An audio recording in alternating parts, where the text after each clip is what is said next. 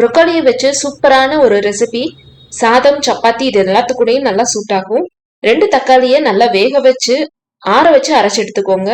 ப்ரொக்கோலியை சின்ன சின்ன பீஸா கட் பண்ணி நல்லா பிளான்ச் பண்ணி எடுத்துக்கோங்க. ஒரு கடாய் ஹீட் பண்ணிக்கோங்க. அதுல 1 டேபிள் ஸ்பூன் எண்ணெய் சேர்த்துட்டு பட்டை, அன்னாச்சி பூ, ஏலக்காய், கிராம்பு, பிரிஞ்சி இலை, சோம்பு இதெல்லாம் சேர்த்து 10 செகண்ட் வதக்கிக்கோங்க. ஒரு பெரிய வெங்காயம் பொடியா கட் பண்ணி சேர்த்து வெங்காயம் கண்ணாடி பதத்துக்கு வதங்கினதும் கொஞ்சம் கருவேப்பிலை, 2 டீஸ்பூன் இஞ்சி பூண்டு பேஸ்ட் சேர்த்து நல்லா வதக்கிக்கோங்க. இஞ்சி பூண்டோட பச்சை வாசனை போனதும் அரைச்சு வச்சிருந்த தக்காளியும் சேர்த்து நல்லா வதக்கிக்கோங்க. தக்காளி இந்த அளவுக்கு வதங்கினதும் மல்லித்தூள், சீரகத்தூள், garam masala, chilli powder, pepper இதெல்லாம் சேர்த்து ஒரு 10 செகண்ட் வதக்கிக்கோங்க.